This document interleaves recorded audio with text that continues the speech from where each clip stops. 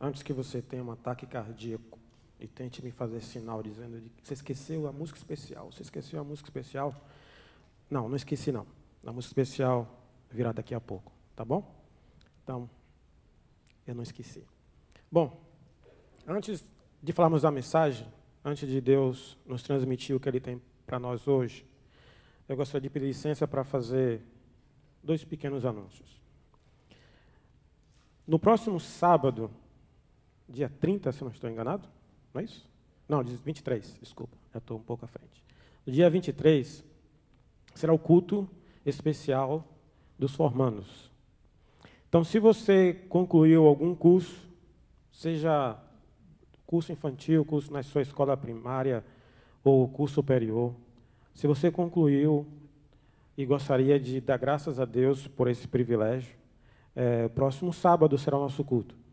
Como o último culto desse tipo foi feito, me parece, em agosto de 2016, então, se você se formou após essa data e não participou do culto de gratidão, será no próximo sábado. Porém, alguns já deram os nomes para a irmã Jeane, esse aviso vem da irmã Jeane, mas é preciso entregar para ela uma foto sua ou com a roupa de formado, alguma coisa, mas que se entregue uma foto para ela e também dizendo, claro, o ano que você concluiu, o que você concluiu, coisa desse tipo, tá bom? Se você não tiver os dados da irmã Jeane, entre em contato com o pastor ou então comigo e a gente dá um jeito de chegar às mãos dela. Mas isso é necessário que seja feito o mais rápido possível, porque o culto é próximo sábado, precisa ser preparado tudo, tá ok?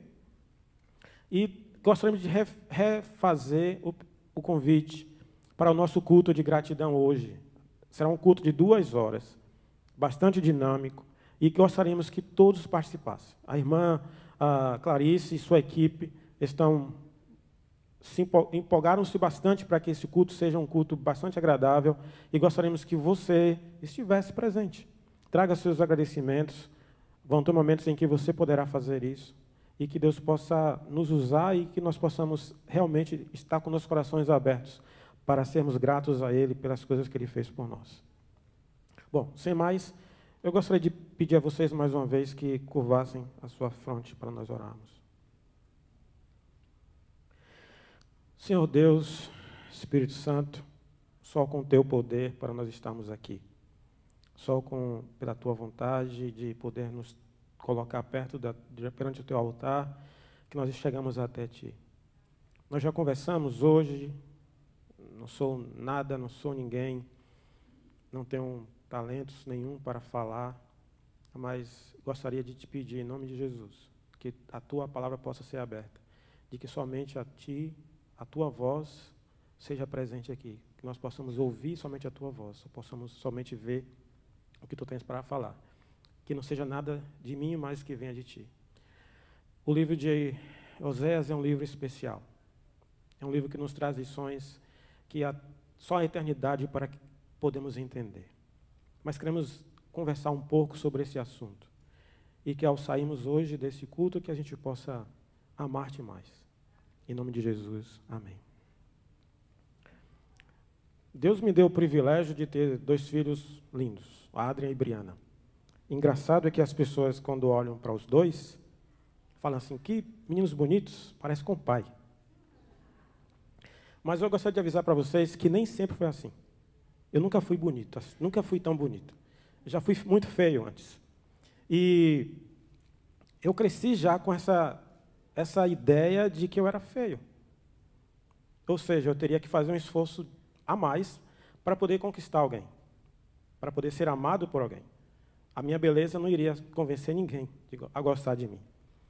Então eu cresci já com esse propósito. O que eu preciso fazer para que possa conquistar alguém? E quando você começa a gostar de alguém, principalmente nessa fase da adolescência, da nossa juventude, a gente quer demonstrar amor por alguém, a gente quer gostar de alguém. A gente quer ser amado também. Nós somos seres humanos, os feios também são seres humanos, não é verdade? E eu descobri uma coisa na minha adolescência. Eu era o cara que tinha mais amigas na escola. Coisa boa, né? O cara que tinha mais amigas na escola. É coisa boa ou não? Depende? Depende, Tadeu? Você também era assim? Tinha esse problema? Não? Você é metida.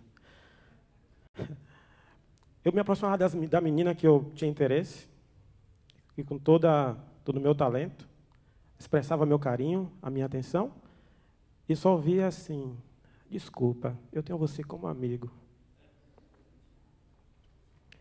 A gente queria ser amigo, mas também queria algo mais.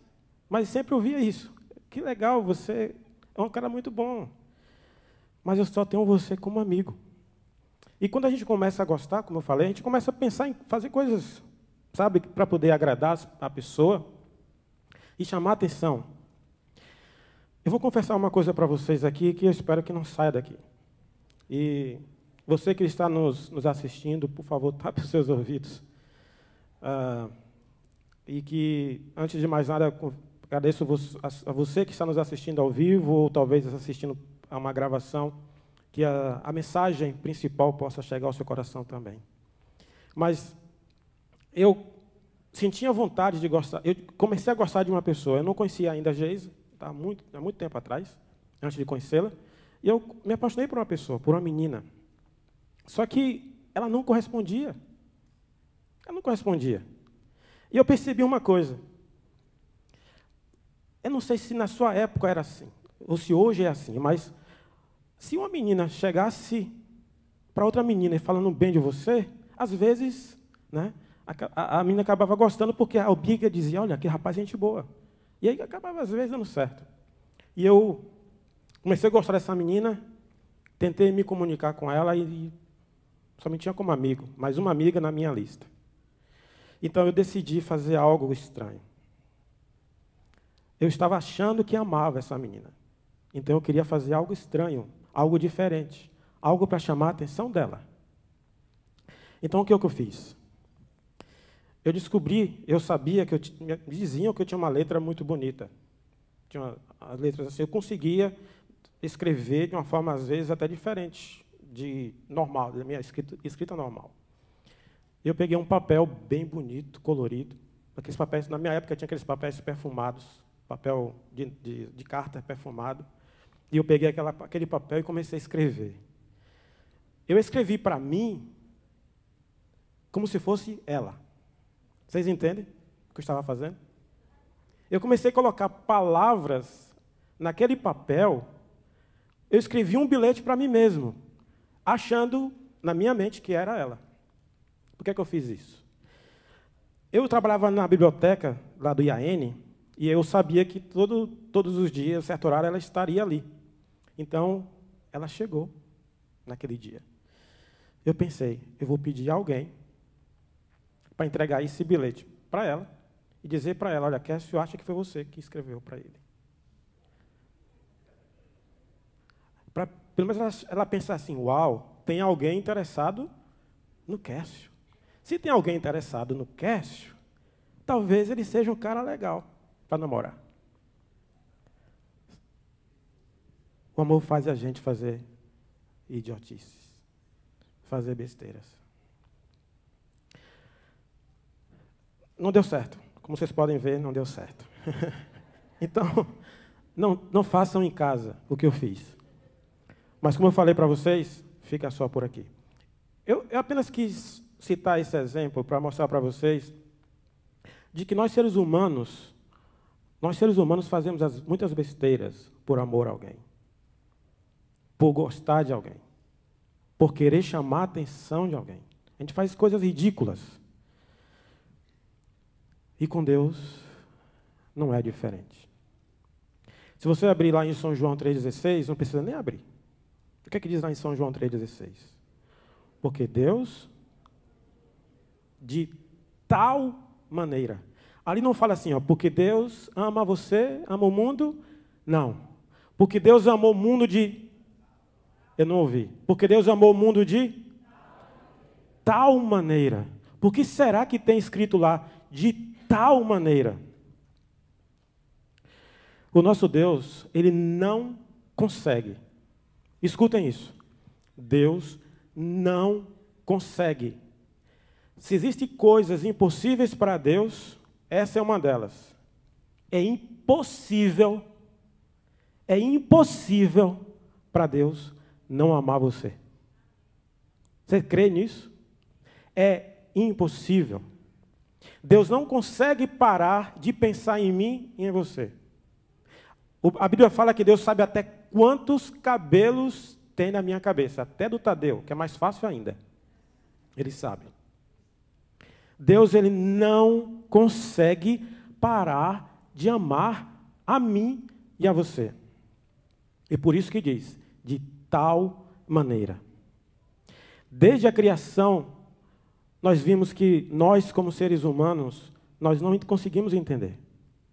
A gente vê histórias na Bíblia de Deus correndo atrás das pessoas para poder trazer de volta. E as pessoas deixando Deus para trás. Deus busca, dá sinais, e as pessoas deixam Deus para trás. Após a morte do rei Salomão, o seu filho Roboão tomou algumas medidas. Ele assumiu o reino e tomou algumas medidas que causaram divisão no reino de Israel. Se você ler depois 1 Reis 12, lá tem todo o histórico. E diz que Roboão passou a reinar em Judá, que era o reino do sul, compostas pelas tribos de Benjamim e de Judá. Enquanto que Jeroboão, ele começou a reinar o reino sobre as 10 tribos restantes, formando assim o reino do norte. Ou seja, após Salomão, o povo de Israel se dividiu. Reino do norte, reino do sul. Roboão, no reino do sul, que era justamente que seguia a linhagem de Davi, em questão dos reinos, e o reino do norte, onde o Jeroboão tomou conta, e ali eram somente os reinos de Judá, o restante das 10 tribos de Israel. Com receio de que o povo do norte começasse a sair do reino do norte, de lá de cima, onde estava lá Roboão, ele começou a construir, lá no seu reino, Jeroboão, no reino do norte. Ele colocou 2 bezerros de ouro para serem adorados, e colocou nas cidades de Betel e Dan. Simplesmente com a intenção de fazer com que o povo, que já tinha tendência idólatra, não descer para o reino do sul e continuar adorando lá em Jerusalém, onde era o local que Deus designou para adoração. E por causa dessa mudança, a religião de Israel se tornou uma mistura maligna do ritual judeu e da idolatria pagã. E sabe o que é o pior? O povo estava amando tudo isso. O povo tinha um coração tão ruim, que eles não estavam nem aí para o que estava acontecendo. Eles só queriam festa, comida e orgia. Vários profetas tentaram trazer o povo de Israel de volta ao concerto eterno. Aquele concerto foi feito lá no Monte Sinai. Mas o povo recusou ouvir e ambos os reinos sofreram por causa da desobediência. A história fala, a escritura bíblica e a história fala de que tanto os assírios quanto os babilônicos conseguiram, fizeram por algum tempo ataques sucessivos nos 2 reinos, até que em 722 a.C., os assírios tomaram o reino do norte. E depois Jerusalém foi tomada em 586 a.C. pelos babilônicos.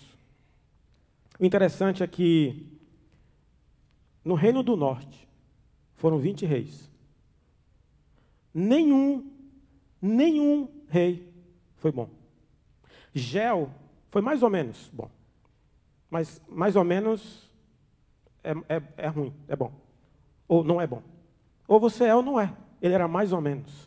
Ou seja, nenhum rei formado pelo Reino do Norte seguiu a Deus. Isso foi desastroso para o povo de Israel. O profeta Oséias, que é o profeta, o tema, o livro que nós iremos estudar hoje, ele ministrou praticamente durante todo o seu tempo no Reino do Norte.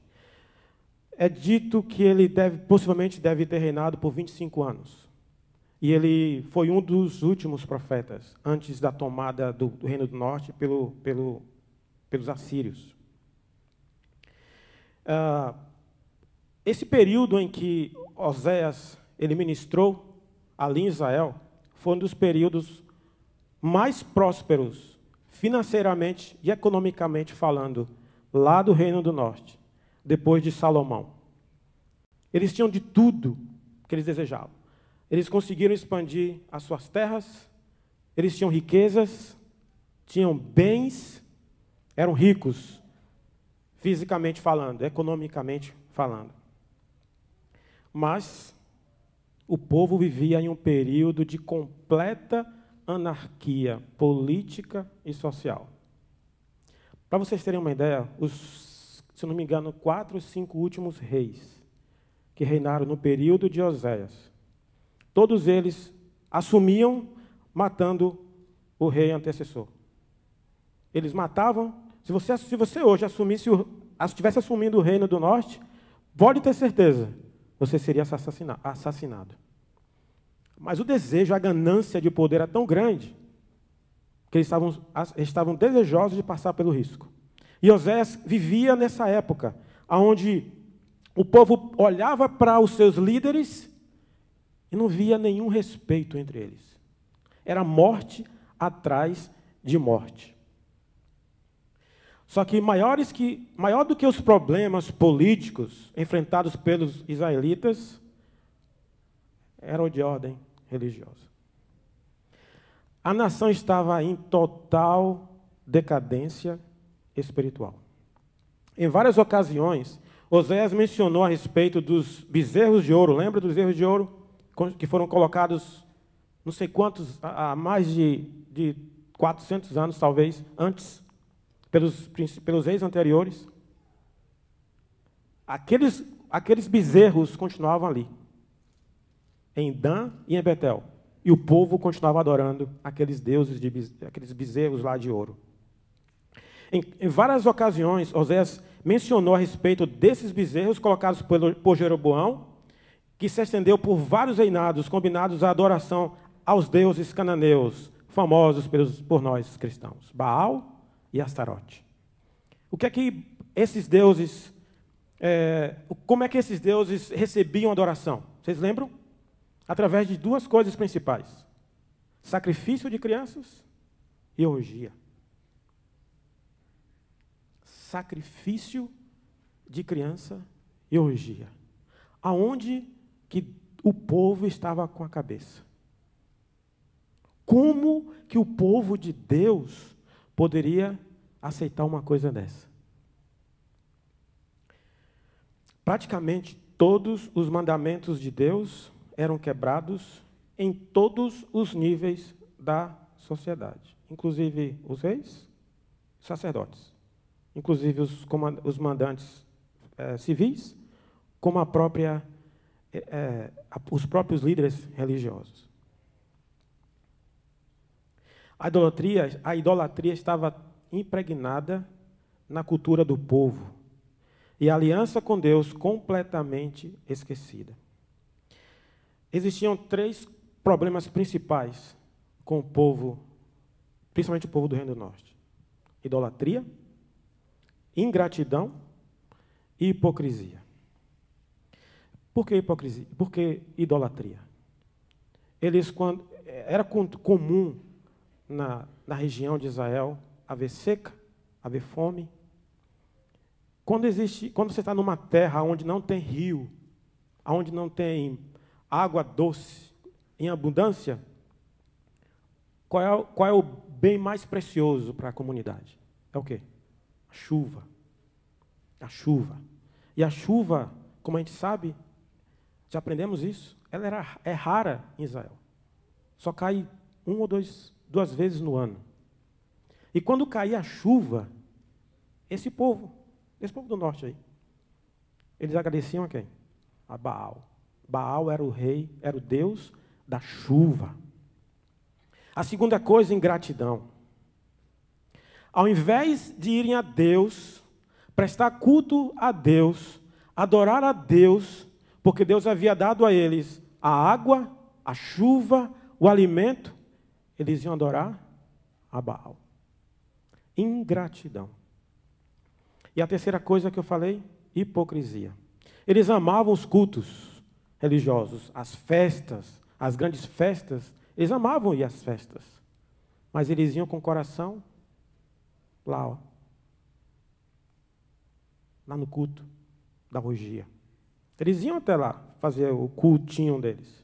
Eles amavam a Santa Ceia, né? Se fosse a nossa época, né? Eles amavam a Santa Ceia, amavam ver um batismo, amavam assistir um culto de final de ano, mas o seu coração estava onde? Lá no mundo, na idolatria.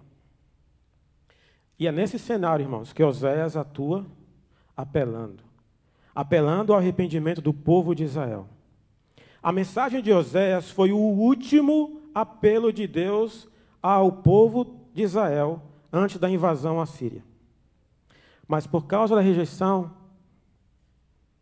Deus permitiu que os assírios atacassem e tomassem a Israel. Esse é o ambiente em que o profeta Oséias estava. O ambiente onde o povo estava sendo afligido, sendo cercado por outros reinos querendo tomar conta do povo de Israel, assumir ali a área, e ao mesmo tempo, um período em que o povo estava em idolatria. Para Deus, idolatria e prostituição são as mesmas coisas. Idolatria e prostituição, não esqueçam disso. Cerca de 750 anos antes de Cristo, foi quando o profeta Oséias começou a falar. Ele tentou resolver o problema causado pelo pecado com o amor incondicional, imensurável, incompreensível. Jesus, quando ele veio para justamente mostrar para nós o que é o amor. Vocês lembram, um tempo atrás, aqui nesse púlpito, foi perguntado para nós, por que é que Deus nos criou? Por que foi que Deus criou a você e criou a mim? Para quê? Adorar, mas tem uma palavra aí principal. Qual foi a palavra que nós aprendemos? Relacionamento. Deus criou a mim e a você para nos relacionarmos. Muito mais do que uma adoração formal, Deus criou a mim e a você para sermos como um só. Assim como é você com seu esposo ou com sua esposa. Escutem isso aqui. Com exceção da vida e morte de Jesus, a história de Oséias, que a gente vai continuar estudando aqui, é a história que mais mostra, de uma forma escancarada, o amor que Deus tem por mim e por você. Se você nunca leu o livro de Oséias, ou se você já leu e nunca percebeu, você não vai encontrar em livro nenhum da Bíblia, a não ser os evangelhos. Como que Deus ama a mim e a você. Então, continuando aqui,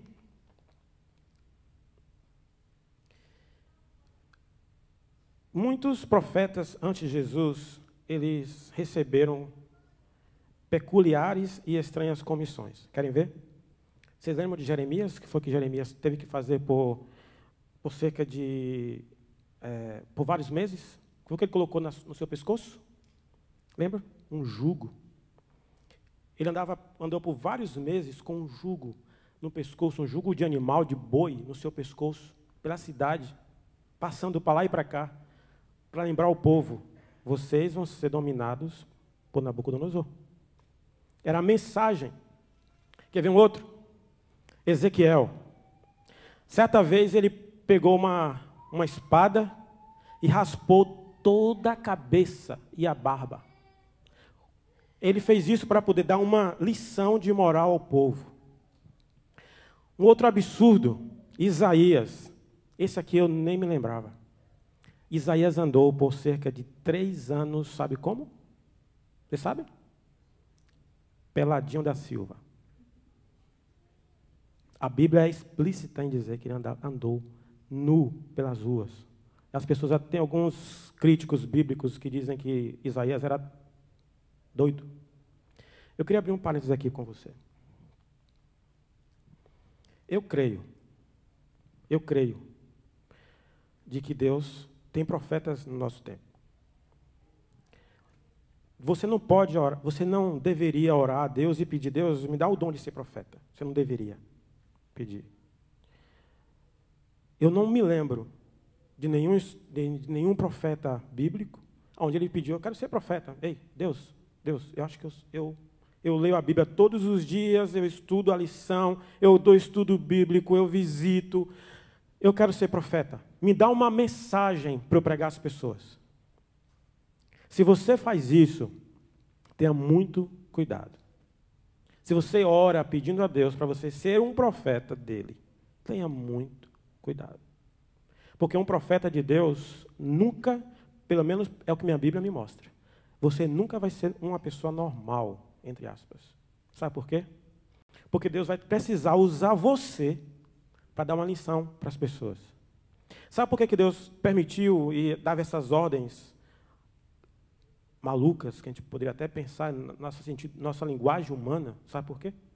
Porque o povo não conseguia mais ouvir. Eles não ouviam mais, eles não davam mais atenção ao que se falava. Não ouvia mais. A única forma que Deus pôde fazer para que pudesse transmitir a mensagem para aquele povo foi: eu vou ter que mostrar de uma forma, de uma forma mais direta, com atitudes, com expressões. E por isso que ele usou Jeremias, Ezequiel, Isaías. E eu continuando aqui no meu parêntese, Deus tem dado mensagens especiais para nós. Eu falo aqui, Igreja de Dallas. Se você não acredita nisso, olhe as mensagens, olhe os vídeos, assista os sermões passados dos últimos anos que nós temos tido aqui. E não me diga que Deus não está falando para mim e para você. Diga para mim que não. Só que existe um problema. Um dia, talvez, Deus vai parar de falar. E vai ter que usar profetas para fazerem coisas absurdas. E eu e você? Nós vamos criticar? Ou nós vamos confirmar de que Deus tem falado com a gente? Eu fico triste quando eu vejo algumas coisas acontecendo aí fora, no mundo adventista. Muito triste. Porque Deus nos dá a luz, a palavra dele, e nos diz o que temos que fazer. E a gente insiste em fazer as coisas da nossa maneira. O nosso ego é muito grande. Nós ainda não aprendemos o que Deus quer que a gente faça. Fecha parênteses.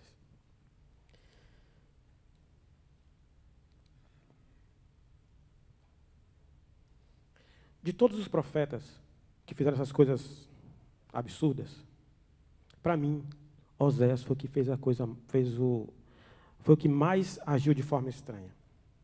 Porque ele teve que passar por momentos dolorosos, embaraçosos, constrangedores, em nome de Deus. O Senhor chamou Oséias para ser seu mensageiro e transmitir mensagens de advertência para todo o povo de Israel. E Deus chega para Oséias e fala: agora sim, vamos abrir a Bíblia. Sem abrir a Bíblia, a gente não tem culto, não é isso? Então, convido a você a abrir Oséias 1, verso 2.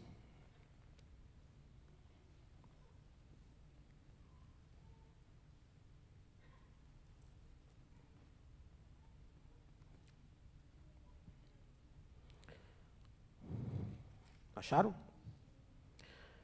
Oséias 1, 2. Quando, pela primeira vez, falou o Senhor por intermédio de Oséias, então o Senhor lhe disse: vai, toma uma mulher de prostituições e terás filhos de prostituição, porque a terra se prostituiu, desfiando-se do Senhor. A ordem de Deus foi clara. E o próprio profeta diz no verso 1, palavra do Senhor que foi dirigida a Oséias. Deus deu uma ordem para ele. Deus deu uma comissão para ele. Vai e toma uma mulher descendente de prostituição. Mais ou menos é isso que o texto está querendo dizer. O livro de Oséias, ele não está focado, não está centralizado na pessoa do Oséias. Por isso nós não temos detalhes sobre a vida dele, nós não sabemos nem quando ele morreu, não sabemos praticamente nada sobre Oséias. O que nós sabemos são momentos específicos da vida dele. E por causa disso, algumas pessoas, alguns comentaristas bíblicos, alguns historiadores bíblicos, eles acreditam que talvez a história de Oséias não foi real. Talvez ele teve um sonho e ele escreveu, ou talvez foi uma parábola que Deus pediu para ele escrever, mas eu fico com a ideia de que Deus queria mostrar uma lição real para o povo. Como a escritura bíblica não me dá abertura para achar que isso aqui foi uma ficção nenhuma, eu fico com que isso aqui foi uma realidade. Nós conhecemos o nosso Deus e eu creio que talvez o Oséias ele já amasse a Gomer, que foi a esposa que ele casou. Eu acho que ele já amava. Deus apenas deu permissão a ele para continuar com esse relacionamento. Porque Deus já nos amava mesmo antes de nós nascermos. Antes da nossa criação, Deus já nos amava. Então eu creio que Oséias já amava Gomer, antes de Deus dar-lhe a permissão para casar. Eu imagino que Oséias, a princípio, ele ficou meio confuso com a permissão de Deus e a ordem dele de casar-se com Gomer. Finalmente, Oséias casa-se com ela. Por alguns anos, a Bíblia nos mostra que eles provavelmente tiveram momentos ok. Não eram felizes, mas momentos ok. Eu penso que Oséias nunca esteve em paz, nunca confiou plenamente de que ela nunca o traísse. Porque ele a conhecia e conhecia de onde ela veio. Mas é dito na Bíblia, no livro de Oséias, de que eles, depois do casamento, tiveram quantos filhos? 3 filhos. Apenas o primeiro filho é dito que foi de Oséias. Ao segundo nascimento, que foi uma menina, e o terceiro, que foi um garoto também, a Bíblia não demonstra de que foram filhos de Oséias. Possivelmente, eles foram filhos de adultério. E uma explicação para isso é que nós não vamos ter tempo para entrar nesse assunto, mas se você ler o capítulo 2 de Oséias, parece ser um paralelo entre a vida de Oséias e a mensagem de Deus para o povo. Oséias parece estar falando, dando uma mensagem sobre o que ele está passando, para poder demonstrar o que Deus também está passando. Outra coisa interessante, mas que a gente não pode entrar, mas eu convido a você a dar uma estudadinha depois, é que esses 3 filhos de Oséias, desses 3 filhos de Gomer, possivelmente com Oséias, eles têm 3 nomes específicos, dados por Deus. E depois os seus nomes foram trocados. E isso significa que Deus, ele reconhece que nós erramos. Ele sabe que nós erramos. Mas mesmo assim ele nos dá a oportunidade. Mas nós não vamos falar sobre isso. Talvez você estude em casa que você vai entender o que eu estou querendo dizer. Só que o relato fala de que depois de um certo tempo, depois que nasceu o terceiro filho entre Gomer e Oséias, a Escritura fala de que, possivelmente, eu comecei a tentar imaginar o que poderia ter acontecido e, na minha cabeça, veio a seguinte imagem. Por algum tempo, Oséias já havia desconfiado de Gomer, eu creio. Pela forma como ele fala no capítulo 2, você vai perceber de que ele já estava desconfiado de alguma coisa. E ele sabia que ele era um representante de Deus, de que a vida dele era uma história viva do que Deus estava passando. Então, aí, eu imagino assim que Oséias chegou numa manhã, acordou e não encontrou Gomer ao seu lado. Onde estaria Gomer nesse momento? 3 filhos, pequenos. Ele começa a andar pela casa, começa a vasculhar todos os ambientes da casa. Possivelmente ele deve ter saído, foi lá fora, foi nos vizinhos, foi no mercado mais próximo, mas já era muito cedo. Gomer não estava lá. O que será que aconteceu com Gomer?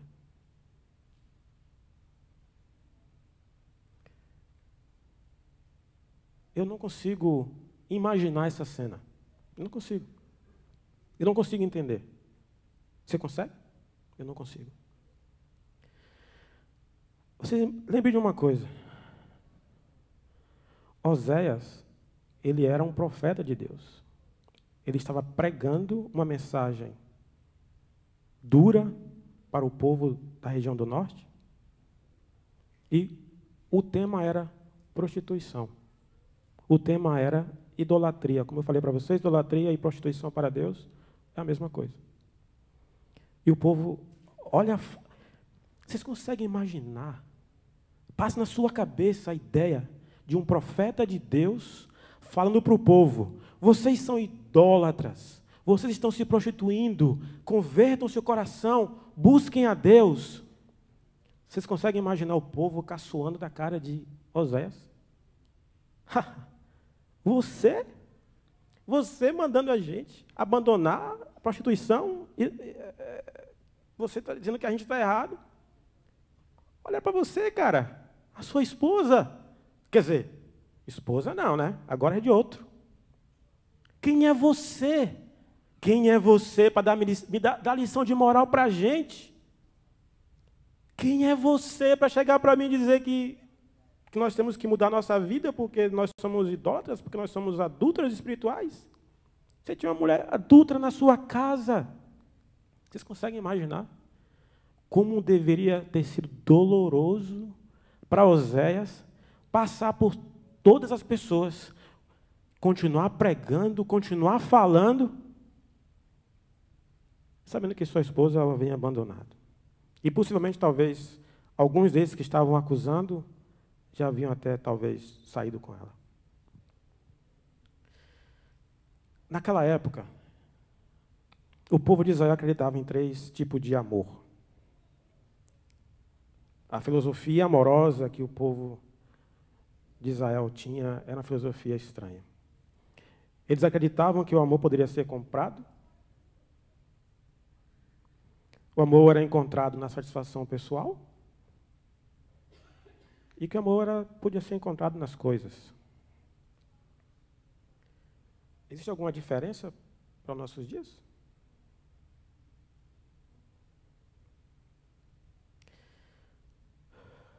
Vamos voltar no texto. Eu quero ler para vocês uma coisa que, quando eu já tinha lido Oséias antes, mas quando eu senti que Deus pediu para a gente falar sobre isso, eu passei nas últimas 2, 3 semanas, me peguei muitas vezes com os olhos lacrimejando, a imaginar as coisas que Deus passou e passa por mim e por você. Aqui nos diz que, em Oséias 3:1, disse-me o Senhor: vai outra vez, ama uma mulher amada de seu amigo e adúltera, como o Senhor ama os filhos de Israel. Embora eles olhem para outros deuses e amem bolos de passas. A tradução aqui não está muito bem colocada, mas Deus falou assim para... Depois, veja só, Oséias voltou para casa, depois de ser caçoado pelo povo, depois de algum tempo, a gente não sabe quanto tempo. A Bíblia não dá detalhes, como eu falei para vocês. Mas por não dar detalhes, a gente pode imaginar, baseado em várias coisas, a gente consegue imaginar algumas coisas. E vocês conseguem pensar, imaginar como que foi. Oséias acabou de pregar, falou para o povo duro, os filhos em casa, ele precisando cuidar dos seus filhos. E aí Deus chega assim para ele e fala: Oséias, aquela mulher que você ama, que te traiu, vá lá, pode buscar ela.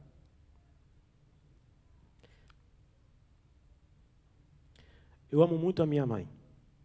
Muito. É meu exemplo de vida. Eu amo muito os meus filhos. Muito. Daria a vida por eles. Mas não existe ninguém nessa vida que ame mais do que a minha própria esposa.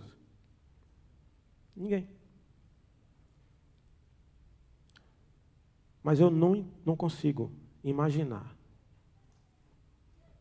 um dia, se acontecesse, eu sei nunca vai acontecer, mas se acontecesse, se tivesse um dia que acontecer, e se tivesse eu tivesse na situação de Oséias, eu não conseguiria fazer o que ele fez. Deus mandou ele sair de casa. Aí eu pergunto para vocês uma coisa. Vamos novamente aqui imaginar uma coisa. O profeta Oséias já estava com o coração arrasado, traído. Deus chega para ele e fala assim: Oséias, aquela mulher que você ama, te traiu, ela é adúltera, lembre-se que ela é o meu povo de Israel, lembre-se que você está fazendo tudo isso porque você está querendo dar uma lição de moral ao povo de Israel, porque eles não conseguem ouvir mais o que você fala, o que você diz, que eu mando você dizer, eles não conseguem mais entender o quanto que eu tenho feito por eles, em vez de eles adorarem a mim, em vez de agradecerem a mim pela chuva, pelo alimento, eles continuam adorando a Baal, com orgias, com sacrifício de crianças. Foi você que eu escolhi para que você pudesse dar essa mensagem para eles. Eles só vão entender exatamente como eu amo a eles, como eu os amo, se você também amar a esposa que te traiu. Gente, vocês conseguem entender como é o amor de Deus? Oséias saiu de casa. Eu não creio que Oséias saiu de casa confiante de que fosse encontrá-la.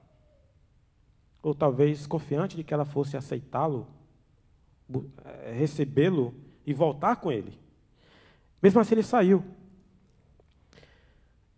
Ele começou a andar pelas ruas, buscando a ela. Só que tem um detalhe. Aonde é que você acha que Oséias iria procurar sua esposa? No shopping center? Na igreja? No salão de beleza? Talvez. Onde foi que ele foi procurar a esposa? Ela era uma prostituta. Ela se prostituiu. Ela estava onde? Ela estava no prostíbulo. Ela estava no lugar onde as pessoas do tipo delas vão. E aqui abre um outro parêntese. Talvez alguém que vai ouvir essa mensagem algum dia se prostituiu, se prostitui, ou vai se prostituir, ou tem tendências a se prostituir. E quem sou eu para julgar você? Quem somos nós para dizer quem é você? Que você não serve para Deus? Porque o livro de Oséias mostra para mim de que às vezes a prostituta vale mais do que um próprio sacerdote. Se você está nesse caminho, ou se você andou, ou se você vai andar, pensa em andar, lembre-se que Deus vai te buscar onde você está. Onde você estiver, Deus vai te buscar. Agora, quando Ele for te buscar, deixa Ele te carregar no colo. Vai doer. Vai doer. Você vai sofrer, se não já estiver sofrendo. Mas Deus te ama. Deus vai te buscar. Oséias começou a andar pela rua, e, finalmente, ele começou a encontrar algumas pessoas com a característica de gente que não é muito boa. E, possivelmente, ele começou a perguntar, você viu Gomer? Gomer é o nome da esposa? Você viu Gomer, minha esposa? Ele, hã? Quê? Sou o quê? Esposa? Gomer? Sua esposa? Aquela garota? Não vi não. Imagina o povo... Ele começando a perguntar, as pessoas rindo dele. Como é que esse cara idiota chama a mulher que traiu ele de esposa? Chama de esposa? E ele continua. Você viu Gomer, minha esposa? Não, não vi. Aliás, eu a vi 2 dias atrás, mas desculpa aí, tá? Não vi mais. Os comentaristas bíblicos, por causa da forma do texto, eles dizem de que possivelmente Gomer, ela ou se endividou com o Senhor, com o cara que ela fugiu, ou ela se tornou escrava dele. Ela ficou tão acabada, tão destruída, se você sabe o que eu estou querendo dizer, foi tão usada, de que ela se tornou escrava. Quando Oséias se aproxima do local onde Gomer estava, ele possivelmente ouviu vozes de pessoas falando assim: quem dá mais? Quem dá mais? Talvez o dono dela, estava ali brigando, insistindo. Você vai entender por que eu estou falando isso. Insistindo, quem vai dar mais? E ninguém dava 1 centavo por ela. Ninguém. Oséias consegue encontrá-la, possivelmente no chão, amarrada, ferida, suja, fedida, escrava. E Oséias chega para o cara que estava ali tentando vendê-la e fala assim: ei,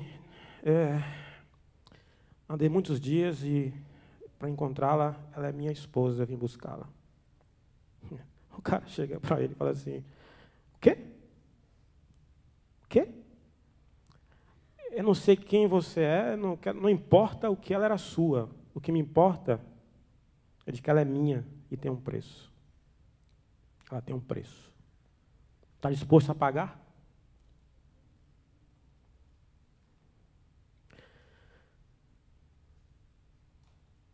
É dito que o preço que Oséias pagou por Gomer é a metade de um preço de escravo.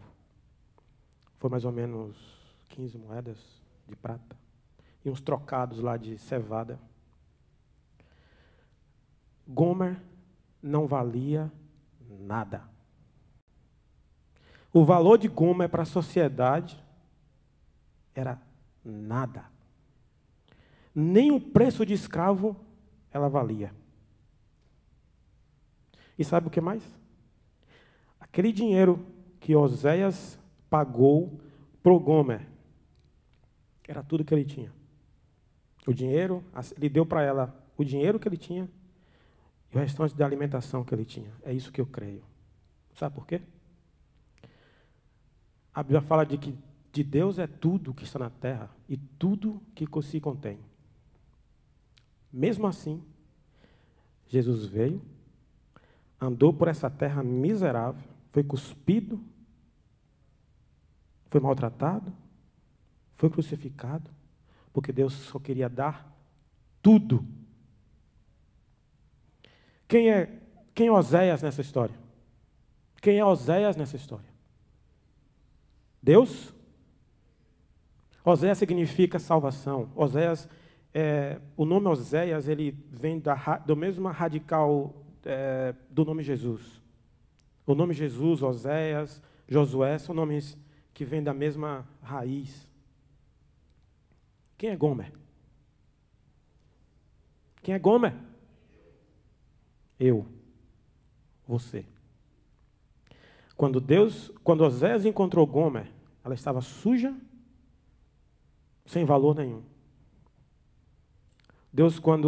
Jesus, imagine só, essa história aconteceu 750 anos antes de Cristo vir aqui à Terra morrer por nós. Vocês acham que depois desse período o povo de Israel melhorou alguma coisa? Vocês acreditam? Deus deu tudo. Deus pagou tudo.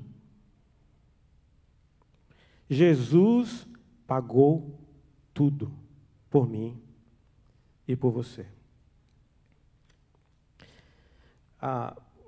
O texto, a história continua, tem vários capítulos, vai até o capítulo 14, se eu não estou enganado. Mas é dito que quando Oséias encontrou a Gomer, possivelmente ela não conseguia nem levantar o rosto para olhar para ele. Ela não acreditava de que aquela pessoa que ela traiu estava ali pagando para ela voltar para casa. Só que o texto fala de que, possivelmente, para dar um tempo para ela pensar, para ter certeza de que ela não estava grávida de novo de outra pessoa, Gomer não voltou diretamente para casa. Mas ali, Oséias refez a sua aliança matrimonial, fez o seu concerto matrimonial com ela. E ele falou para ela que ele nunca iria traí-la e ela nunca deveria atraí-lo novamente. E disse que ele levou-a para um local, mas não levou para casa. Deixou um tempo ali, um pouco, esperando, até que ela pudesse se refazer e ele pudesse ter certeza de que ela não havia realmente tinha realmente tomado a decisão de ficar com ele. O mesmo é conosco. O mesmo é conosco. Deus, ele nos deixa, às vezes, um tempo para que a gente possa pensar no que realmente nós queremos para a nossa vida. A história de Gomer, a história de Oséias e Gomer, é a história de Deus e de você. De Deus e eu. Não existe nada mais bonito do que nós reconhecermos de que nós temos um Deus e que Ele quer que a gente volte para casa. Eu gosto de tomar banho de água morna. A minha esposa gosta de tomar banho de água fervente. Eu gosto de dormir do lado direito da cama, ela gosta de dormir do lado esquerdo. Eu gosto de uma cor, ela gosta de outra. Porque eu esqueci a dela, não vou falar com a minha, que eu não sou besta. Mas, mesmo por sermos diferentes em vários aspectos, isso não evita, isso não impede de que eu a ame ou de que ela me ame. Ela tem demonstrado que me ama e eu demonstro a ela que eu a amo. Eu falo agora para você, igreja, não estou falando mais como família, como igreja. Nós temos aqui no nosso meio irmãos que são bravos, irmãos que são calmos, irmãos que são cabeludos, irmãos que não têm tanto cabelo mais, irmãos da Bahia, da terra maravilhosa, irmãos lá da África, outra terra maravilhosa. Nós temos irmãos que não têm paciência, nós temos irmãos que são mais pacientes, nós temos irmãos que falam muito, irmãos que falam pouco, nós temos irmãos que sorriem, irmãos que nem sorriem tanto, mas nós somos todos da mesma irmandade. Quando eu olho para você, eu preciso olhar para você como Deus olhou para Gomer. Como Oséias olhou para Gomer. Alguém que Ele quer resgatar. Alguém que Ele quer buscar. Alguém que quer tirar do lamaçal, da miséria dessa terra e levar de volta para casa. Nós nos prostituímos. Nós cometemos idolatria espiritual. Precisamos de misericórdia. Mas eu vou dizer uma coisa para vocês. Enquanto você e eu não amarmos com coração, não amarmos como Jesus nos ama, uns aos outros, nós não seremos salvos. Deus não quer sacrifícios. Deus não quer minha adoração. Deus quer primeiramente o meu coração, sincero. Se eu aprender a amar meu irmão, seja quem for, se eu aprender a amar o meu inimigo, seja ele quem for, isso significa que você já está com seus pensamentos voltados para Jesus. Eu não sei qual é a sua situação hoje, eu sei qual é a minha. A Jack vai fazer uma oração cantada agora. Essa oração possivelmente vai falar para você alguma coisa, como fala para mim. Eu gostaria de pedir a você que durante o momento que ela estiver cantando, que ela estiver orando, cantando essa oração, que você puder, feche os seus olhos, ou fique em pé, ajoelhe-se. Você decide o que você quer, o que o seu coração está dizendo. Mas que você possa lembrar que o amor de Deus É imenso. É imenso.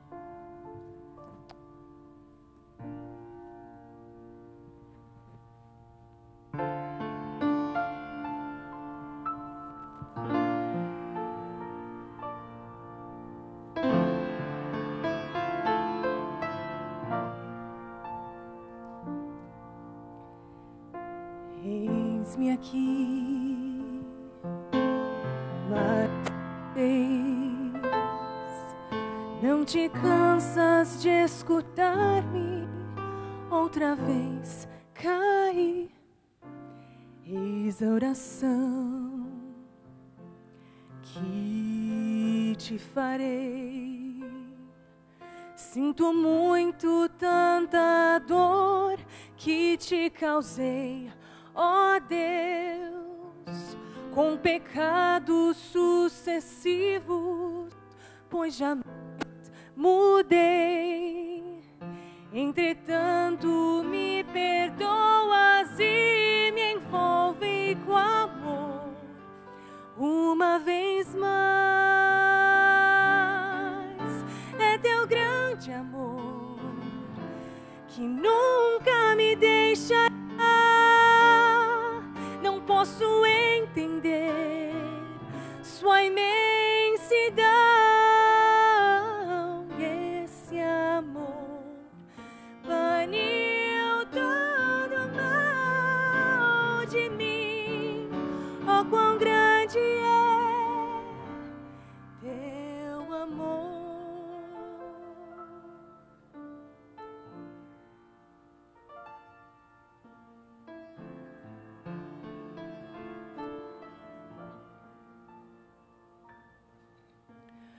Outra vez não pude ver, antes que te conhecesse, teu amor senti. Chorando estou e tu também, porque vejo as promessas que jamais cumpri. Por palavras digo creio, mas não tenho fé. E entretanto me perdoas e me envolves com amor. Mais uma vez, é teu grande amor que nunca me deixará. Não posso entender sua imensidão. E esse amor baniu todo mal de mim. Oh, quão grande é teu amor.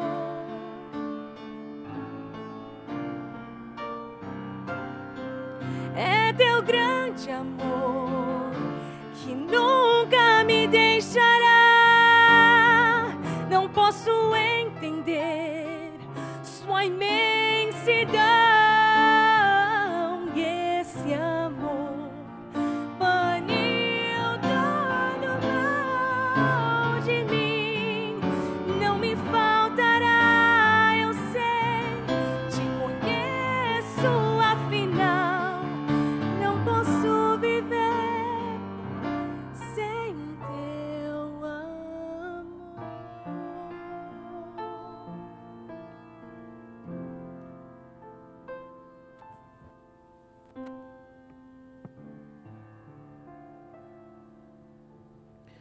O livro de Oséias encerra no capítulo 14.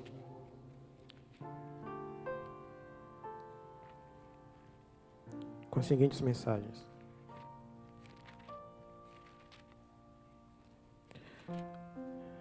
No verso 1 a 2 fala: volta, ó Israel, para o Senhor teu Deus, porque pelos teus pecados estás caído. Tende convosco palavras de arrependimento e convertei-vos ao Senhor. Ele continua no verso 4: curarei a sua infidelidade, eu de mim mesmo os amarei, porque a minha ira se apartou deles. E por fim, quem é sábio, que entenda essas coisas, Quem é prudente, que a saiba. Porque os caminhos do Senhor são retos, e os justos andarão neles, mas os transgressores neles cairão. Convido você para ficar em pé, para que nós possamos ter oração final.